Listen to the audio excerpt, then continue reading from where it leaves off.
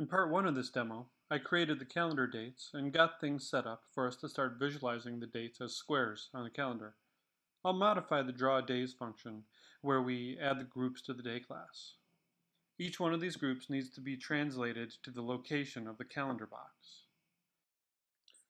I can use a helper method to generate the translation transform based on the X and Y offsets of the day. The X offset function is relatively straightforward. It will be the day of the week, which is 0 through 6 given a 7-day week, times the width of the cell. I'd rather not hard-code this value so that we can change it later if we want. I'll put this near the other application variables. The Y offset function is a bit more complex. It is based off the date plus the first day of the month with an overflow of 7 days. Trust me here, it'll work. Now that the groups are transformed, you can start to see how the days are offset in a calendar layout. I don't want the cryptic date string, however. I want to put rectangles in place. I'll append a rectangle to the group with the width and height of the cell size. The rectangles by default are filled black, so I'll work with the CSS. Cool. This is starting to look like a calendar. I need to change the text to just be the day number. I'll give it a slight offset in the upper left corner and just print the day of the month. Awesome.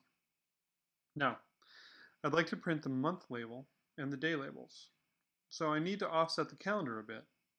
I'll create a group and transform it, and I'll put the calendar on to draw it. This gives me room to draw the header.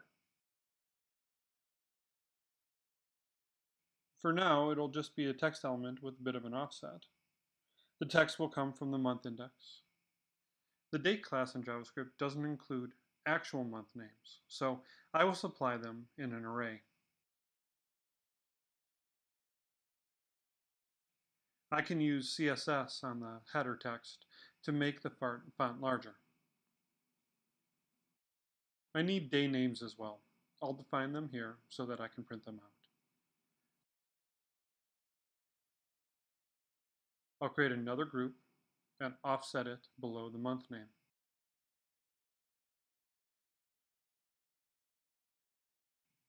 Here, I'll just use the day names as my data for this D3 selection.